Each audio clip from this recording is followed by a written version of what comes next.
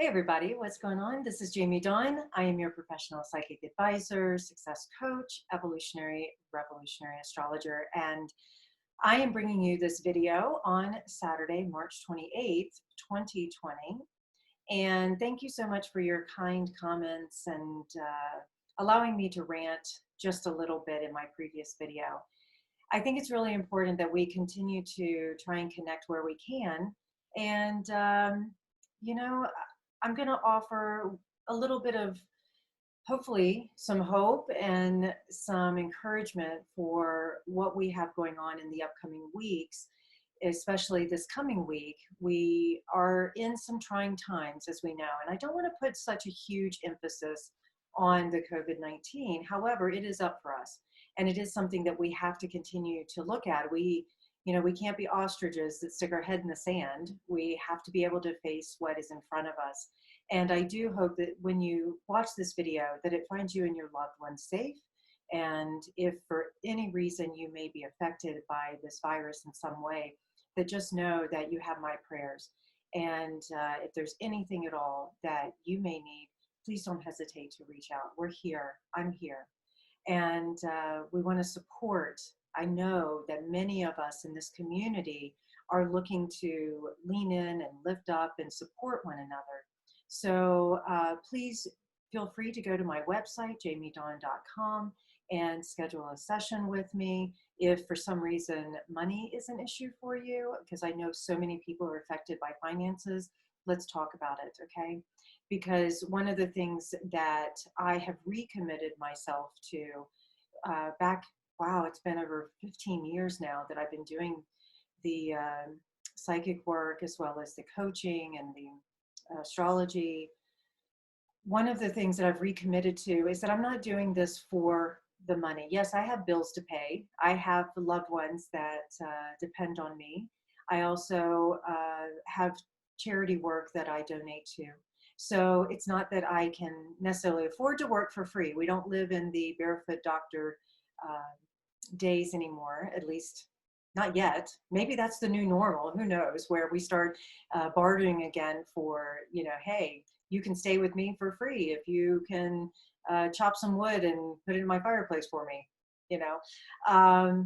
It could come down to that, who knows, but right now that's not the way it works. And we still work with a monetary system, which I can tell you, we've got a Saturn-Uranus square going on, and it is going to continue for quite some time, for several months into next year even.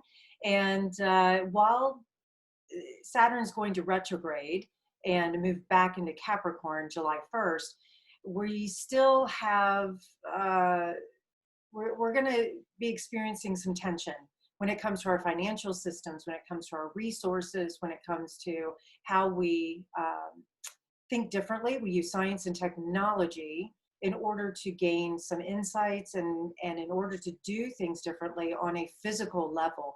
So this could be a really great time. If you notice, there's tension obviously in the collective going on, that's forcing us to find vaccines very quickly. It's forcing us to find tests very quickly, get testing for the COVID-19 done. So in the middle of this difficult time, there can be some really good things that emerge. And it is this tension or this sense of urgency that is creating us the ability to be able to think differently and to be able to hopefully get some things in place that, because we're moving away from this feeling of an institution needs to take care of us, or a structure needs to be, this framework, if you will, that once was, is no longer. And so now we're having to think differently. We're having to look at it from the Aquarian mindset, which is everything to do with science and technology. And it also has to do with, believe it or not, Uranus, Aquarius. It's said to also archetypically rule or represent astrology as well. And what is astrology? Well, it's another language. It's a language of the stars and we are made of stars. And so when there's planetary movement, it may influence us. We can feel the movement of the energy in and around us. And I mean, anybody who is tapping into each other or the collective, you're feeling what's going on. So you're being influenced by it in some way, shape, or form. So all that being said, we've got to, well, in astrology, it's called a malefic. Saturn is a malefic, and Saturn seems to be ruling the day. It started ruling the day when it moved into Capricorn back in 2017. And now that it is in Aquarius, also traditionally it rules Aquarius, we're still in this heavy Saturn energy. The difference with Saturn in Aquarius is that Saturn puts on the restrictions, but it basically, as I mentioned in my video before, it's as if we're looking from the outside in. We're trying to get into the collective, or we're trying to get into a group, or we're trying to get into a sense of belonging. And yet we're sort of feeling like we're the weirdos that don't fit in. But we really want to, because we know that as human beings, in order to be part of this human race, we have to find a common ground. And I'm reminded too that I often say different doesn't mean wrong, it's just different. It goes back to a teaching that I believe in, is that it's not about negating. It's not the different means that it can't work with the collective. It's about integration and about having every unique individual's expression is contributing to the collective whole. And so Saturn, while it can be restrictive, it is considered to be Lord Karma, if you will, where the actions that we've taken, the behaviors we've had, the things that we've put out there, if we've been good stewards of our resources, or if we haven't, that now it shows up with tension, or it shows up with pressures, or with things seemingly to fall apart, thank you to Pluto and Capricorn still. And so we have things falling apart to be reborn.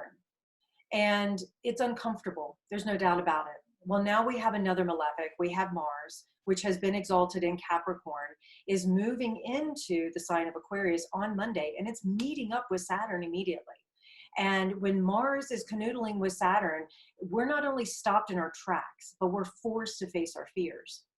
And so many of us are already reporting about how fearful we feel around this virus and this plague, and not just catching the virus, but also around losing our jobs, or not being able to provide for our families, or children being forced to stay at home. And there's some children who the school system really has served that are not getting what they need, because some of the parents may not have been able to provide that for them.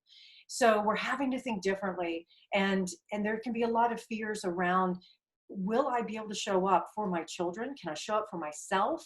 Can I show up for someone else? So this week, it may continue to stir up some of that pressure, that feeling that that we're not going to be able to do what we once thought we could.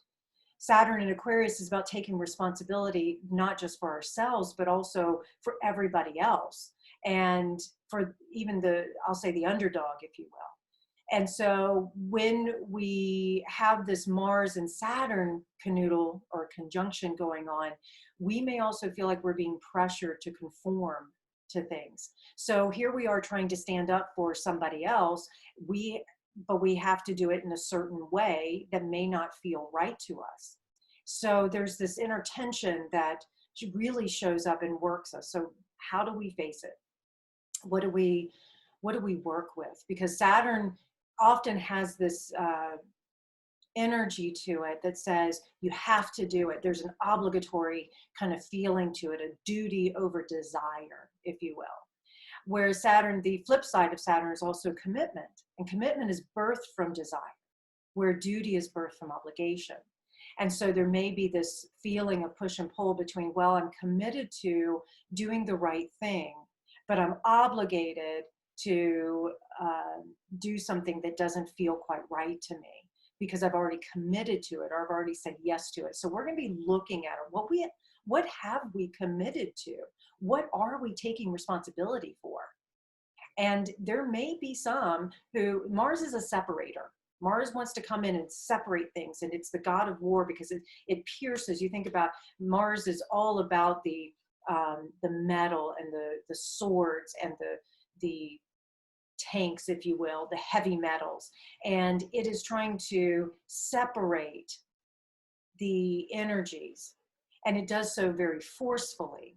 So it may be, especially with Saturn in Aquarius, that we're working with a lot of mental energy, because Aquarius is an air sign, that we may be separating ourselves from the belief systems or the things we once thought was valuable. We may say, that doesn't line up with my values. My values are here, and I need to separate myself from that person. But how do I do that?